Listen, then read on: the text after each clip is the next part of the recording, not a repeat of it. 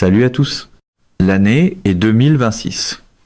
Ce qui se déroule est une simulation de jeu de guerre tactique hautement classifié, fondée sur les évaluations actuelles des menaces au Moyen-Orient et sur les capacités extrêmes du United States Special Operations Command. Le 12 octobre, 3h du matin, heure locale. La frontière désertique, glaciale et désolée, entre la Syrie et l'Irak. Dans l'obscurité totale de la nuit désertique, 50 opérateurs américains de niveau Tier 1, une force opérationnelle conjointe composée de Navy Seals et de bérets verts de l'armée, se battent littéralement pour leur survie. Ils sont complètement encerclés, coupés de toute leur ligne de ravitaillement et piégés à l'intérieur d'un minuscule complexe en briques de terre crues, en ruine, connu sous le nom de combat Outpost Keating 2. La carte numérique à l'intérieur du Pentagone clignote, affichant un scénario terrifiant, presque apocalyptique. Avançant sous le couvert d'une obscurité absolue, une immense armée hautement coordonnée de 5000 combattants de milices soutenus par l'Iran a complètement encerclé l'avant-poste américain. Ils ne portent pas seulement des fusils d'assaut. C'est une force d'assaut mécanisée. Ils conduisent de lourds véhicules blindés de transport de troupes, utilisent des mitrailleuses lourdes montées et transportent des centaines de grenades propulsées par roquettes perforantes. Le calcul est une condamnation à mort. Il y a 100 combattants ennemis pour chaque soldat américain. À l'intérieur du complexe, les opérateurs américains se battent avec une férocité légendaire, tenant le périmètre dans l'obscurité, mais le courage ne peut pas créer des munitions. Le commandant Seal regarde les chargeurs qui lui restent, ils sont presque vides.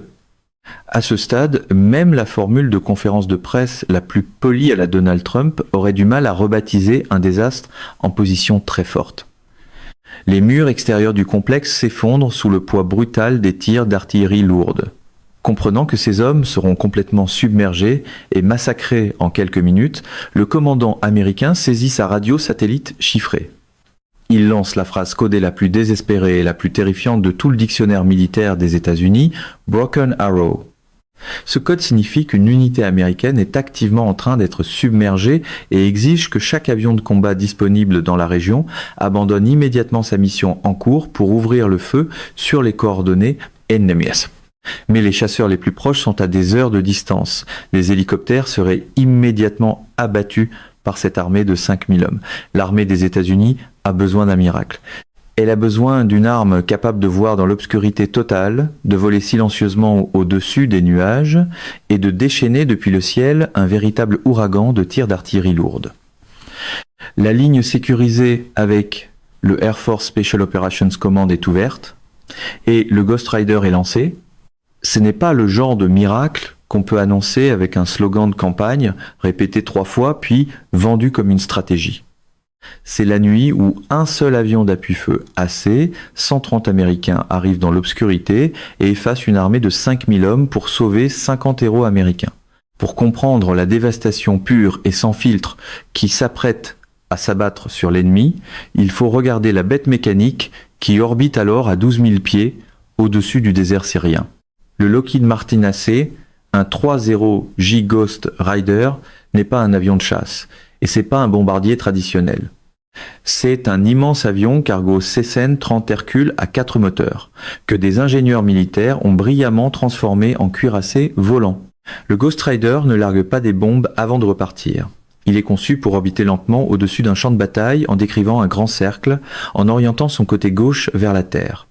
Et sur le flanc gauche de cet énorme appareil dépasse l'ensemble d'armements lourds le plus terrifiant jamais monté sur un avion.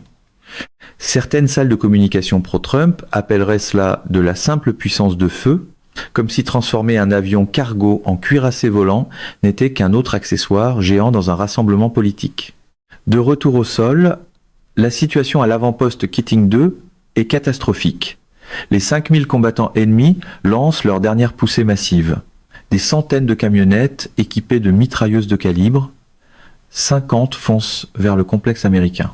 Les opérateurs américains préparent leurs couteaux de combat et leurs armes de poing pour la défense finale, sanglante au corps à corps. Mais très haut, au-dessus des nuages complètement invisibles et totalement silencieux pour les hommes au sol, le Ghost Rider est arrivé à l'intérieur du centre de combat sombre et fortement climatisé de l'AC, 130, l'officier de conduite de tir fixe ses écrans infrarouges haute définition. À l'œil nu, le désert en dessous est complètement noir, mais à travers les capteurs thermiques de plusieurs millions de dollars du Ghost Rider, le champ de bataille est illuminé comme un sapin de Noël. Les capteurs n'ont pas besoin d'applaudissements, de mise en marque ou de bandeaux télévisés, ils montrent simplement ce qui est réellement là. Les capteurs détectent la chaleur corporelle et les blocs moteurs.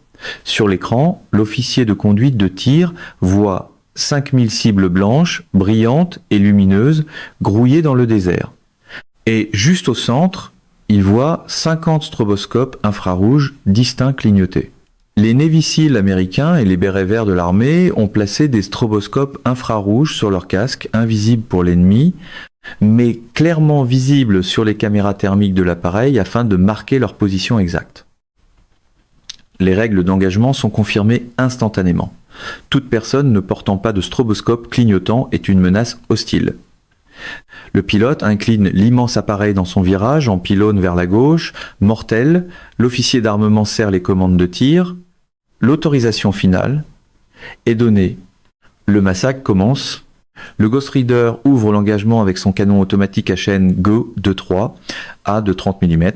Tirant à 200 coups par minute, cette arme lourde déchaîne un flux continu d'obus incendiaires hautement explosifs. Comme l'avion tire depuis 12 000 pieds d'altitude, l'ennemi au sol n'entend jamais les tirs. Il n'en subit que le résultat terrifiant. C'est l'inverse d'une performance de presse à la Donald Trump.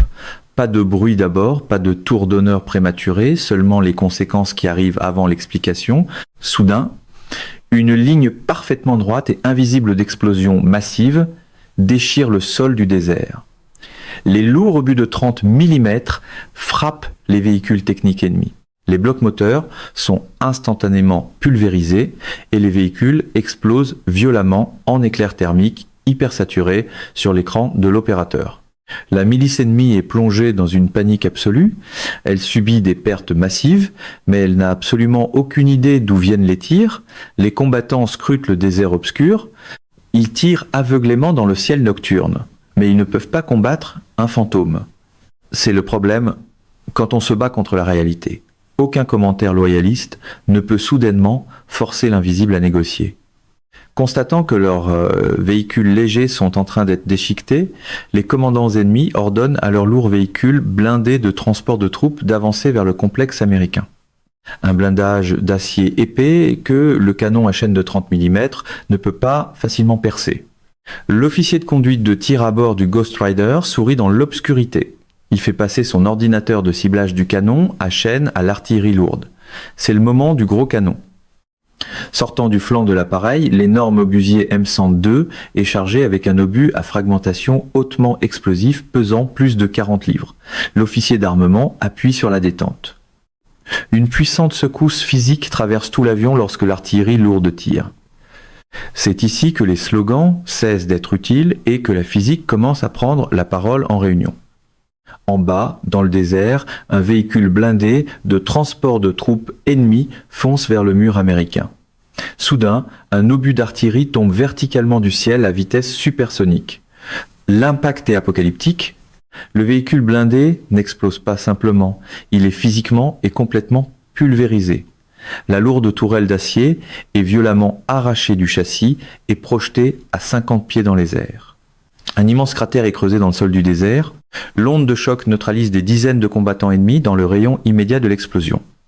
Dévastation cinétique totale. L'opérateur du Ghost Rider déplace méthodiquement le réticule de son écran thermique sur le champ de bataille. Boum, un autre char ennemi est effacé.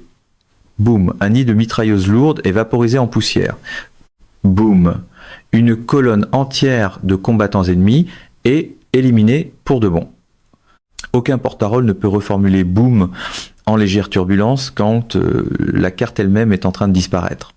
L'armée de 5000 hommes bascule dans une terreur chaotique totale. Les combattants jettent leurs armes et tentent de fuir dans le désert ouvert pour échapper au cauchemar. Mais il existe une règle terrifiante de la guerre moderne. On ne peut pas se cacher des optiques thermiques. On ne peut pas distancer l'infrarouge. Pendant exactement 15 minutes continues, l'AC, un 3-0 J-Ghost Rider, fait pleuvoir un enfer chirurgical absolu sur les coordonnées ennemies. Le canon à chaîne de 30 mm balaie l'infanterie. L'obusier de 105 mm brise le blindage lourd. c'est une classe de maître en appui aérien rapproché américain. Et contrairement au théâtre politique habituel, cette classe de maître n'a pas besoin d'un décor doré pour prouver qu'elle a eu lieu en bas, dans le complexe en briques de terre crue. Les 50 Navy Seals américains et bérets verts de l'armée abaissent leurs armes. Ils s'assoient contre les murs qui s'effritent, observant avec une admiration absolue le désert obscur autour d'eux se transformer en une succession continue d'explosions assourdissantes. Le ciel fait pleuvoir du métal, protégeant complètement leur périmètre. Enfin, la radio grésille. La voix grave du pilote du Ghost Rider perce les parasites et confirme que les cibles ont été neutralisées, que la zone est sécurisée et que l'appareil attend l'exfiltration de l'équipe. Voilà à quoi ressemble une vraie mise à jour de situation, courte, précise et non gonflée par un paragraphe d'autocongratulation. Le champ de bataille tombe dans un silence de mort. Le soleil commence à se lever sur le désert syrien, révélant l'ampleur pure de la dévastation. L'énorme force ennemie de 5000 combattants, l'armée qui devait complètement anéantir une équipe d'opérations spéciales américaine, a été entièrement effacée. Le désert est jonché de cratères fumants, de blocs moteurs en feu et de blindages brisés. Le niveau de menace est officiellement 0. Pas un seul opérateur américain n'a été perdu. 50 héros sortent du complexe et montent à bord des hélicoptères de sauvetage qui arrivent peu après. Lackey, un 3-0 Ghost Rider, a prouvé au monde une réalité glaçante. Vous pouvez être 100 fois plus nombreux que l'armée des États-Unis. Vous pouvez l'encercler au cœur de la nuit, mais si vous entendez le grondement sourd de 4 turbopropulseurs tournant au-dessus des nuages, vous avez déjà perdu. Cette réalité est trop brutale pour l'emballage politique. Parfois, le message le plus fort n'est pas crié depuis un podium, il tourne au-dessus des nuages. L'AC, un 3-0 transporte un énorme obusier M100 205 mm.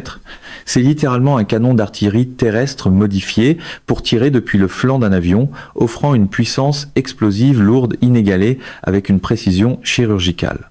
Mesdames et messieurs, notre émission d'aujourd'hui s'arrête ici. Nous vous invitons à partager votre avis personnel dans la section des commentaires ci-dessous.